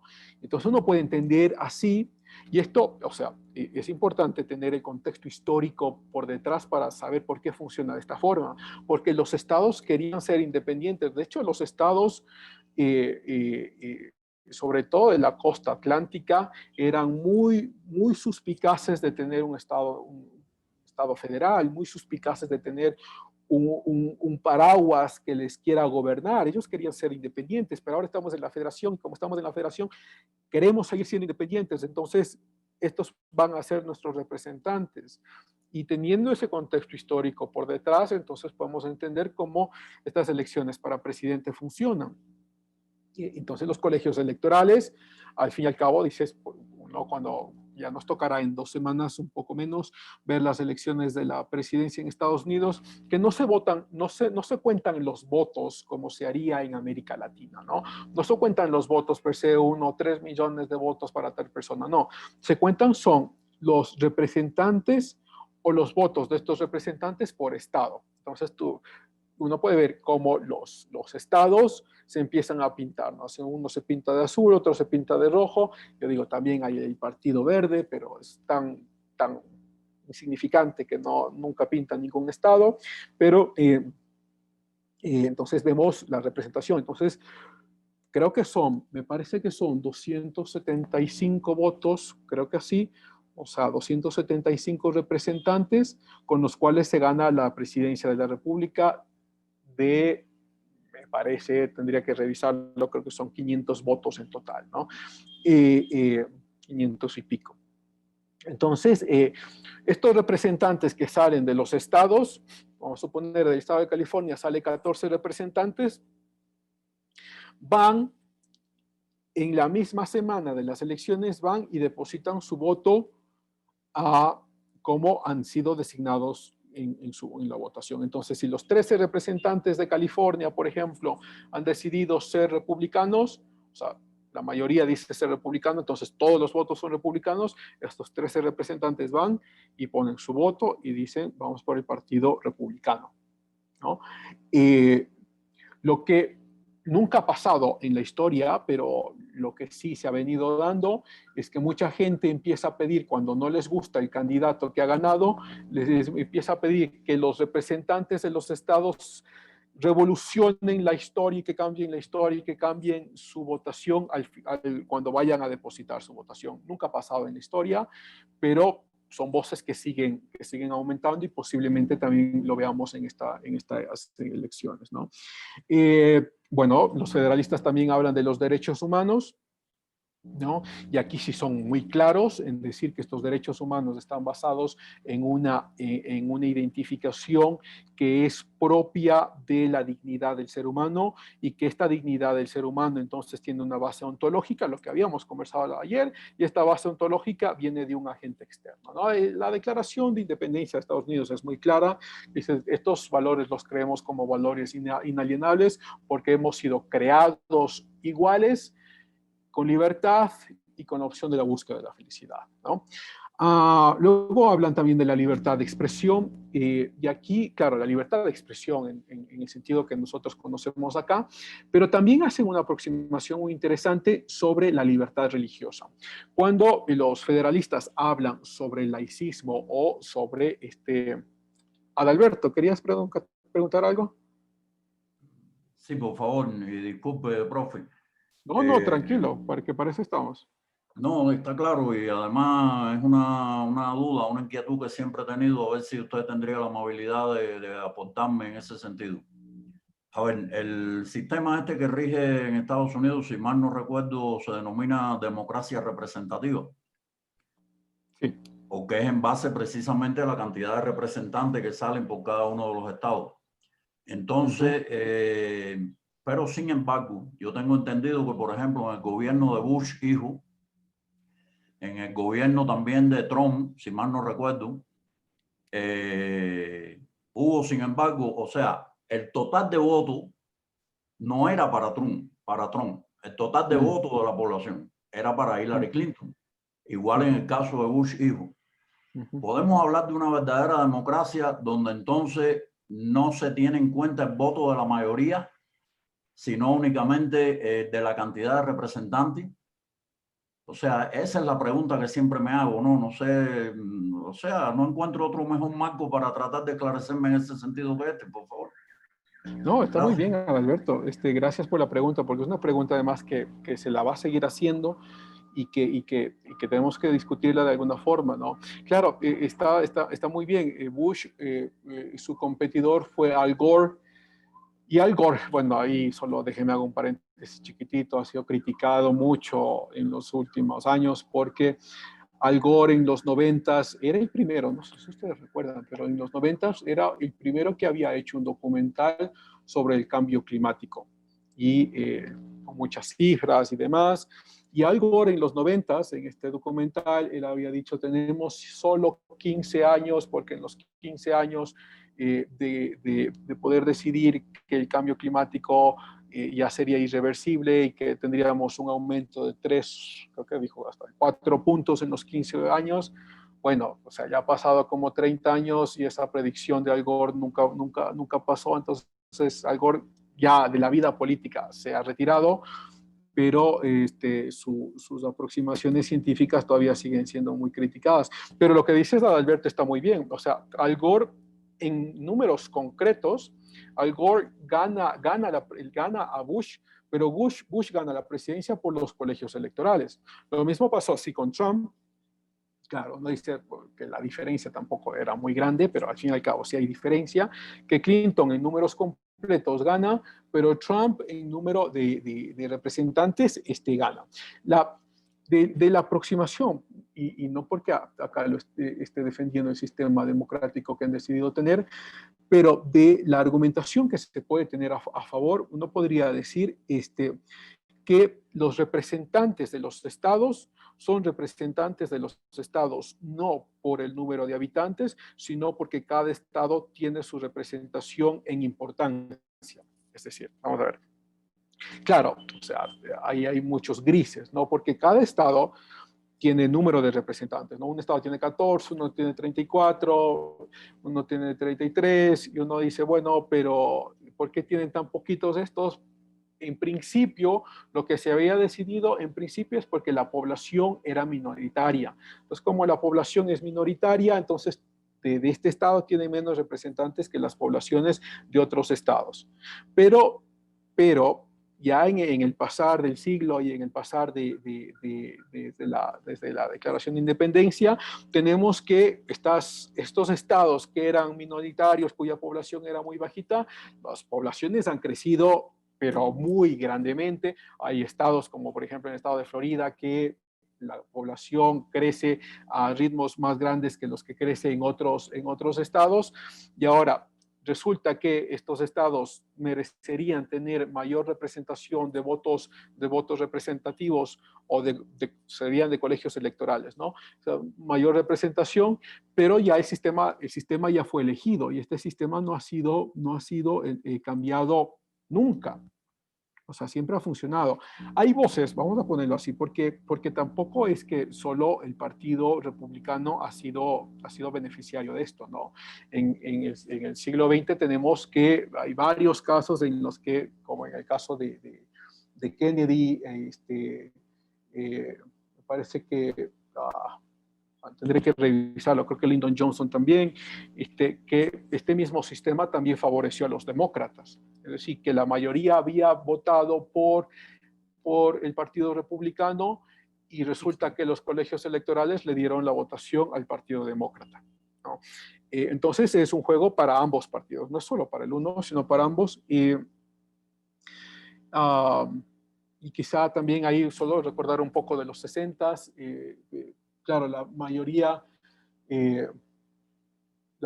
había votado por el Partido Republicano, aunque su representante no era medio, todavía no muy bien conocido, pero había votado por el Partido Republicano porque la mayoría de los senadores estaba a favor de la abolición de las leyes de Jimmy Crow, que era la abolición de las leyes de segregación racial. Y la mayoría del Senado era republicano, entonces por eso iban a votar por un presidente republicano, pero como votaron por el presidente o sea, ganó al final el presidente Kennedy por los colegios electorales, el Senado empujó a que el presidente Kennedy aceptara la eliminación de las leyes de Jimmy Crow, muy contrario, bueno, a lo que a veces se dice. Pero nada, Adalberto, yo creo que la crítica va a seguir ahí siempre. Hay no tendría que pensarlo, hay quizá un problema de representación porque históricamente se decidió así y seguirá decidiéndose así. No favorece solo a un partido, en la historia ha favorecido al uno y al otro, pero sí, pero a la final, el argumento que uno podría hacer es que a la final sí son representantes, siguen siendo en representación, porque los casos que se presentan así son muy poquitos, ¿no? O sea, no es que pasa siempre, son muy pocos estos los casos.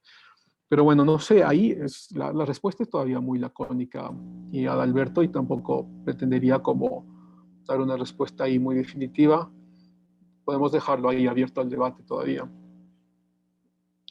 Gracias, Adalberto.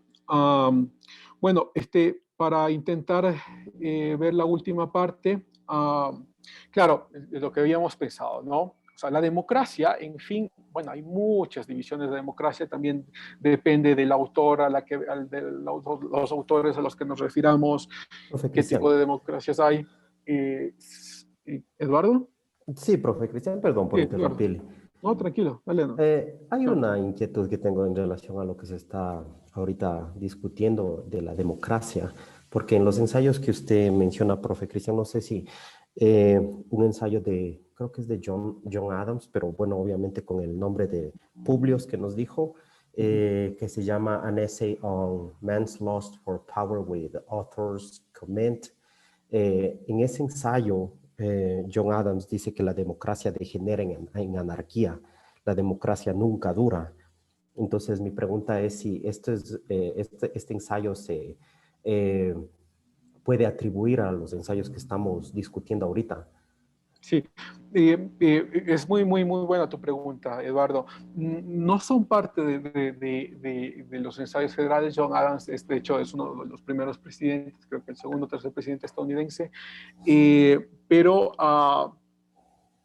lo que sí representa John Adams es que había esa dicotomía, había esa suerte de la discusión de qué tipo de Estado es el que queremos, ¿no? ¿Qué tipo de gobierno es el que queremos? Y muchos, en principio, sobre todo antes ya de la aprobación, antes de la publicación de los papeles federales, muchos estaban a favor de tener una monarquía representativa. Y creo que Adams también estaba en esa línea, de tener una democracia monárquica, ¿no? O sea, algunos lo llaman una monarquía constitucional, ¿no? Es decir, que sigamos teniendo la representación de la reina de Inglaterra, pero al mismo tiempo seamos una democracia, nuestras elecciones son libres, acá tenemos nuestros representantes, tomamos nuestras decisiones, pero la representación del Estado sería de la monarquía, ¿no? Entonces, uno lo que sí puede ver ahí o atisbar ahí un poco es que había mucho debate de qué tipo de nación queremos, ¿no? O ellos querían, qué tipo de nación querían construir, qué tipo de nación querían aprobar. Y entonces creo que ahí resulta muy, muy importante lo que dices con la apreciación de Adams, ¿no? Y además que algunos también tenían ciertas dudas de la democracia, porque también yo les había mencionado que ya después de la Edad Media, la Edad Moderna, muchos de los griegos empezaron a ser releídos, ¿no? Se empezaron a releer a los griegos, y en esta relectura de los griegos, claro, se dan cuenta que Platón, como ustedes quizás recuerden un poco, Platón no estaba de acuerdo de la democracia, tampoco Aristóteles,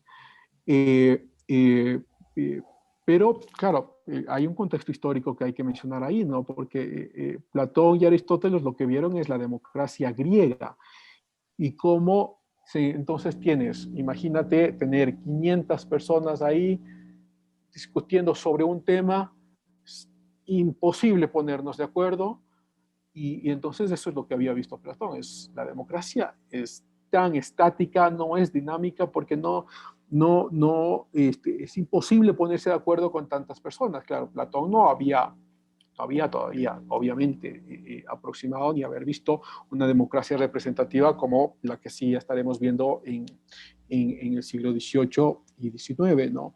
Entonces creo que, Eduardo, podríamos pensarlo por ahí, en que la discusión era muy, muy, muy fuerte, en que habían personas que pensaban y tenían dudas de lo que realmente está pasando acá. Y claro, lo que escriben los federalistas no es que todos estaban de acuerdo, y eso es como su objetivo central, ¿no? Así, ¿por qué creemos que esto está bien? Y por eso hemos escrito estos ensayos. No sé si quieras hacer ahí algún otro comentario. En estos documentos abiertos, profe Christian, James Madison también, bueno, creo que él no tenía mucha confianza con la palabra democracia, porque él decía que es incompatible con la seguridad personal y la propiedad privada. Y creo que la conclusión a la que llega es James Madison: la democracia es lo opuesto a un gobierno representativo. Entonces eso me llama la atención también. Claro, de que pero mira, pintan... no, eso está muy bien. Está muy bien lo que dices ahí, perdón que te corte un ratito, Eduardo. Está muy bien lo que dices, porque justamente por eso deciden tener un sistema federal en el que los estados tengan su propia libertad, y la federación solo se dedique entonces a cosas muy puntuales.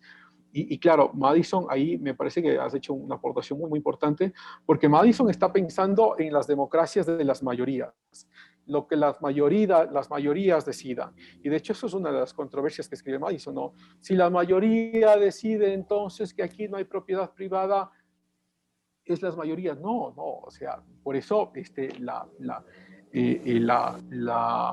el apoyo a la Constitución, y por cierto, Madison también estuvo muy de acuerdo, porque después de la Constitución inmediatamente se hizo la discusión sobre the Bill of Rights, ¿no? Esta Carta de Derechos, lo que se conocería como las enmiendas a la Constitución, que no son enmiendas, de hecho, sino son añadidos que se tienen sobre los derechos humanos, ¿no? Y esto fue empujado también por los representantes de Nueva York y Virginia, quienes dijeron a la final: ok, vamos a aceptar a la Constitución, porque a la final sí la aceptaron, vamos a aceptar la Constitución, pero con una condición. Y esta condición es que se hagan estas enmiendas, lo que se conoce como la Carta de Derechos, ¿no? Ya, profe Cristian. Gracias, Eduardo, porque es un aporte muy, muy importante que has hecho. Bueno, para no demorarnos mucho quizá, porque sí quiero abrir el espacio un poco más para que ustedes también puedan conversar y discutir, tener un poco más de tiempo del que tuvimos ayer.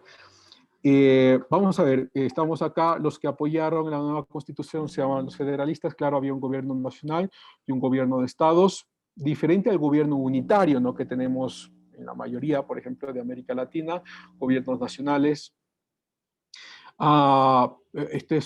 Esto seguro, Eduardo lo conoce muy bien. La república se necesita, esto es solo una frase, un comentario de Ben Shapiro sobre los papeles federales, que este tipo de república necesita de una sociedad virtuosa para mantenerse, y a lo que se refiere Ben Shapiro es sobre la necesidad de tener gente virtuosa en el sentido de virtud pensada, en el sentido en la que la pensaban los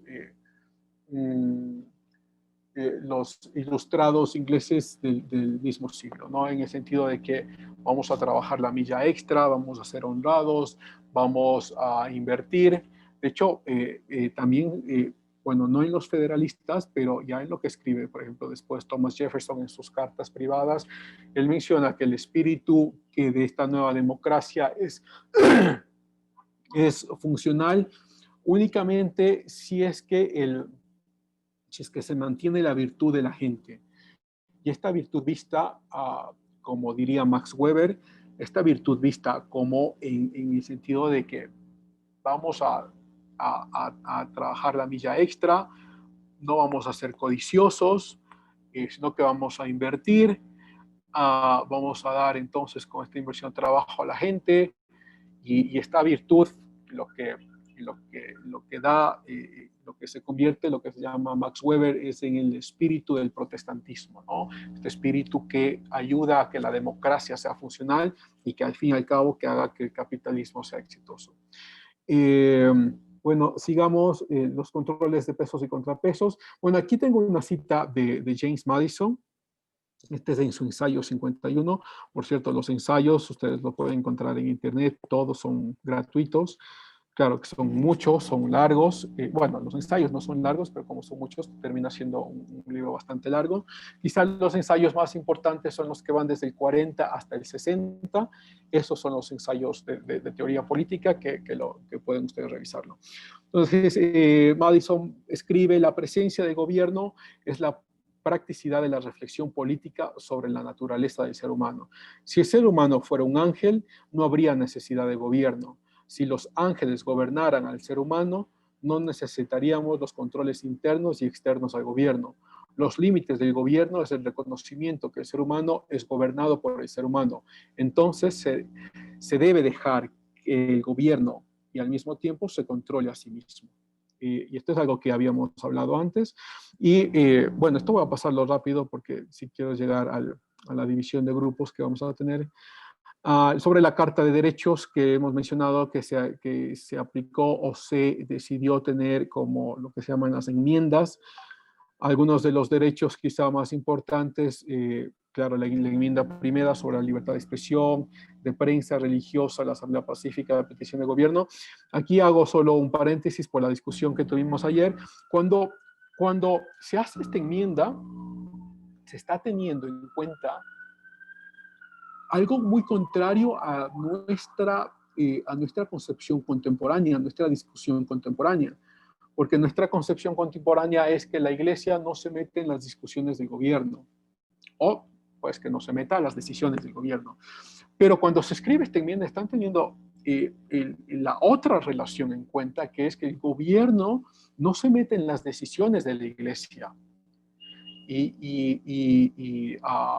Jefferson, Madison escriben mucho sobre esto, sobre lo que ahora llamaríamos como laicismo, que el laicismo, claro, es la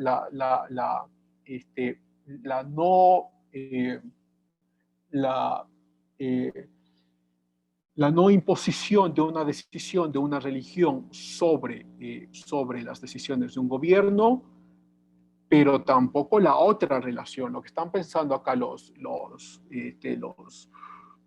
federalistas, que el gobierno no se mete en las decisiones de la iglesia. Y ahí entonces tenemos, diría Madison, una libertad religiosa real. Eso es muy diferente a la discusión que habíamos tenido ayer, que era una discusión de la moralidad, es decir, ¿qué tipo de moralidad va a seguir el gobierno? Y aquí nos quedamos, yo sé que hay mucho que decir y mucha discusión acá, pero simplemente como dejarlo como comentario, que si no es entonces la moralidad que propone la Iglesia, vamos a escoger otra moralidad, pero el gobierno no se queda sin moralidad. Y entonces la pregunta más esencial, o alguna de las, creo que de los argumentos que yo siempre escucho es, no, que no imponga la Iglesia su moralidad sobre el resto de personas. Sí, lo que está diciendo es que no vamos a imponer esta moralidad, sino que vamos a imponer es otra moralidad, porque el gobierno siempre decide lo que está bien y lo que está mal en la legislación, en sus decisiones económicas, en sus decisiones políticas. Siempre hay una división de lo que está bien y que está mal, y eso es la moralidad. Entonces, no es que el gobierno se queda sin moralidad, sino que deciden que no queremos tener una moralidad de esta religión, sino que queremos tener esta otra moralidad que también se va a imponer. Entonces, quizá hay como un pequeño paréntesis. La enmienda 2, que es el derecho de las personas a tener... esto es importante. Bueno, aquí nos podemos demorar mucho. Pero derecho de las personas a tener y portar armas, así como de mantener una milicia. Siendo necesaria una milicia bien ordenada para la seguridad del Estado libre, no se violará el derecho del pueblo a poseer y portar armas. Esto es muy controversial porque también debemos tener en cuenta que esta enmienda...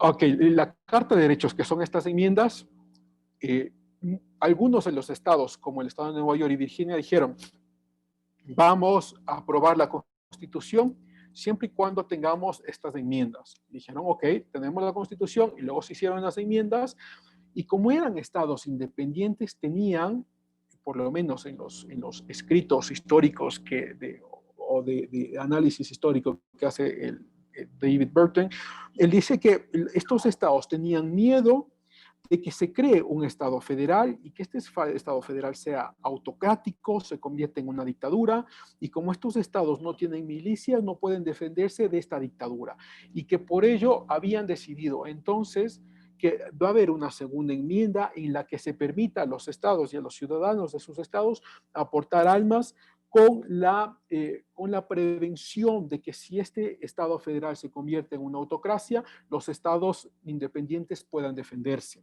¿Sí? Ahora, como eso no ha pasado en la historia de Estados Unidos, esta enmienda todavía se mantiene, y claro, tenemos personas que tienen armas y todos los eventos y discusiones que pueden tener sobre el monopolio de armas actuales. Pero hay que entender que históricamente, en principio, la discusión no era que la persona pueda tener armas o no, sino que la discusión era que el Estado y los ciudadanos de ese Estado puedan defenderse de una federación autoritaria si es que esta fuera el caso. Entonces, por eso se decidió tener esta enmienda.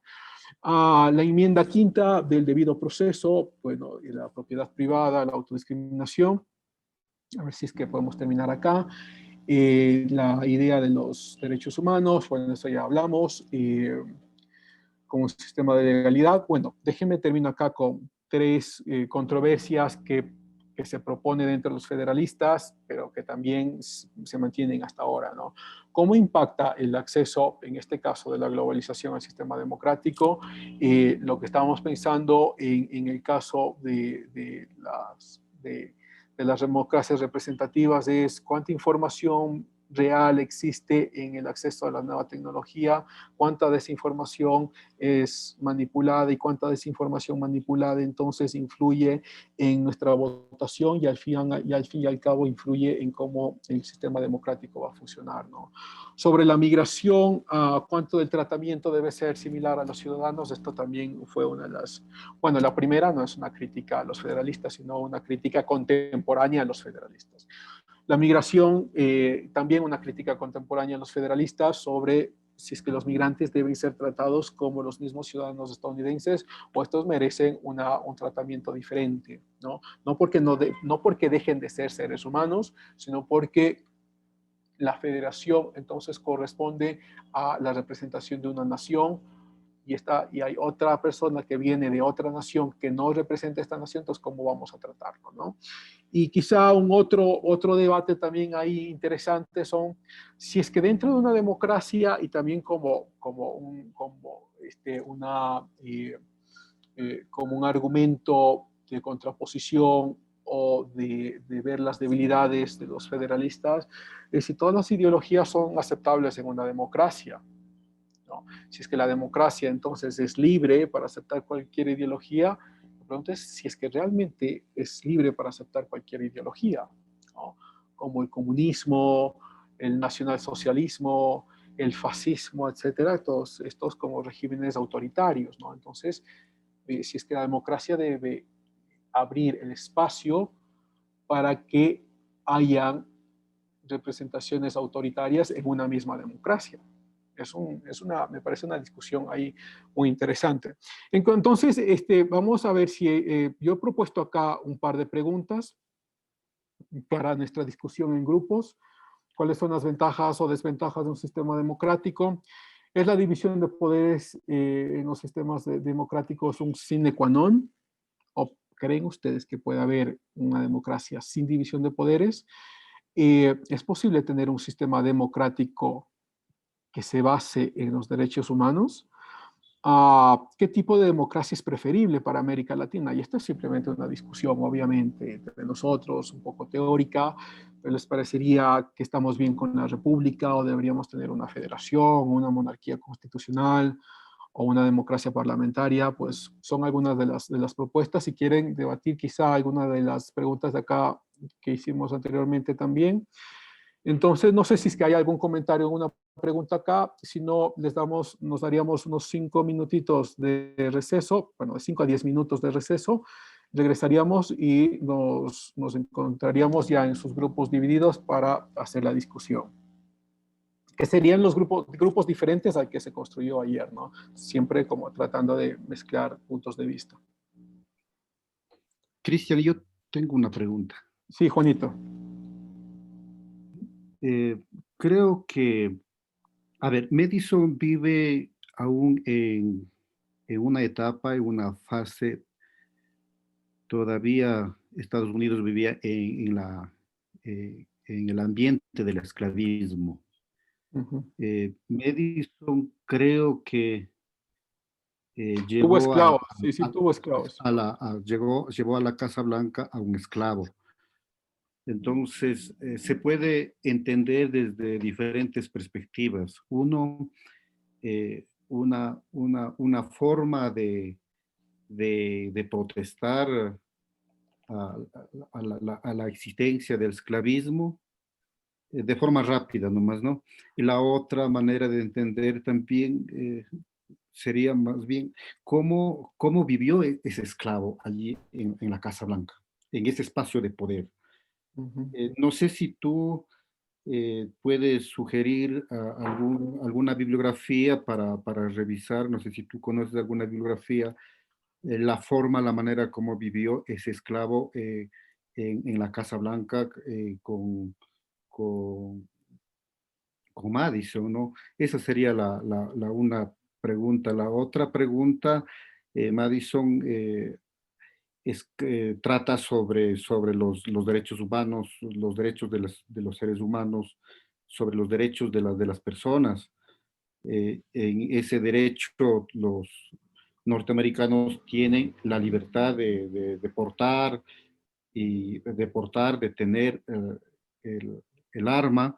Entonces la pregunta sería, bueno, usted de alguna manera respondió, dijo, bueno, es para enfrentar a las rebeliones que puede existir en algunos espacios.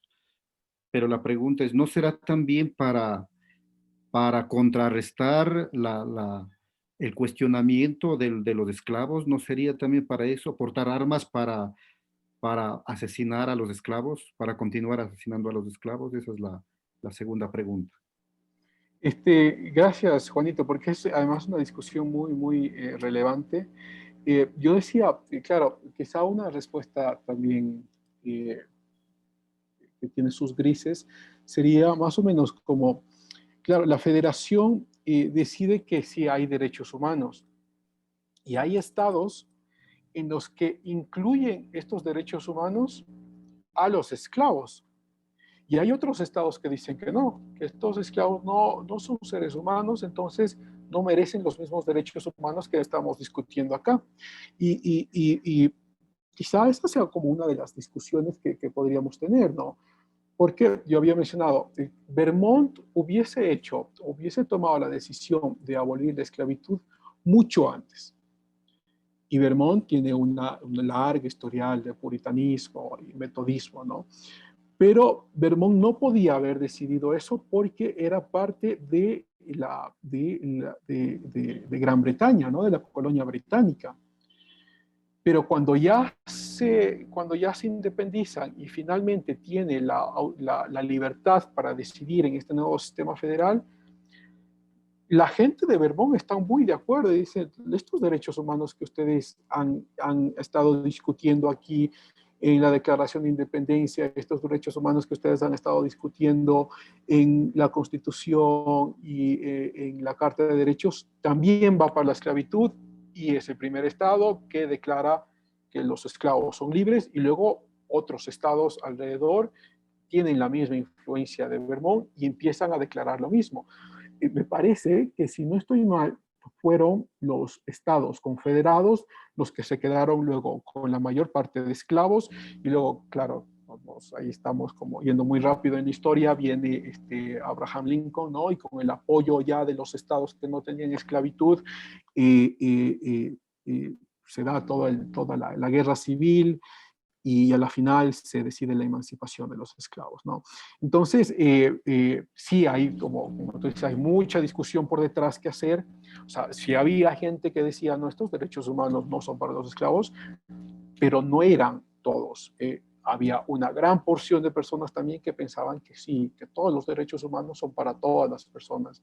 Y yo, de lo que estabas hablando, yo me había acordado, y yo les dejo aquí en el chat, porque son dos congresistas británicos. El uno es William Wilberforce, el otro que influye mucho se llama,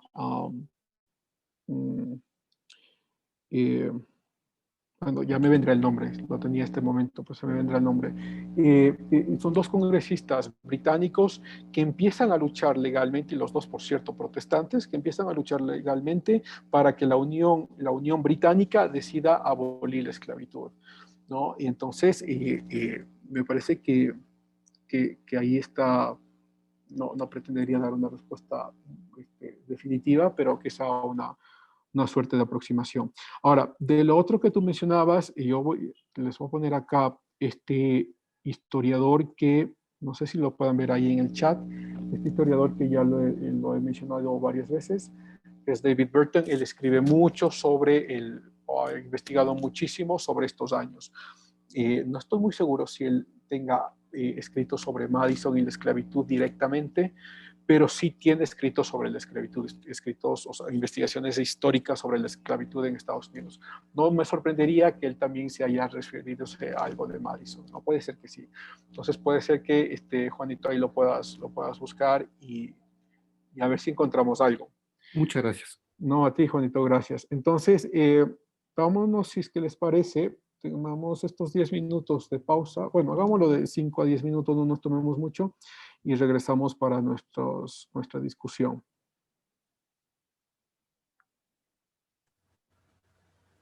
Ok, profe Cristian. Ok, muchas gracias.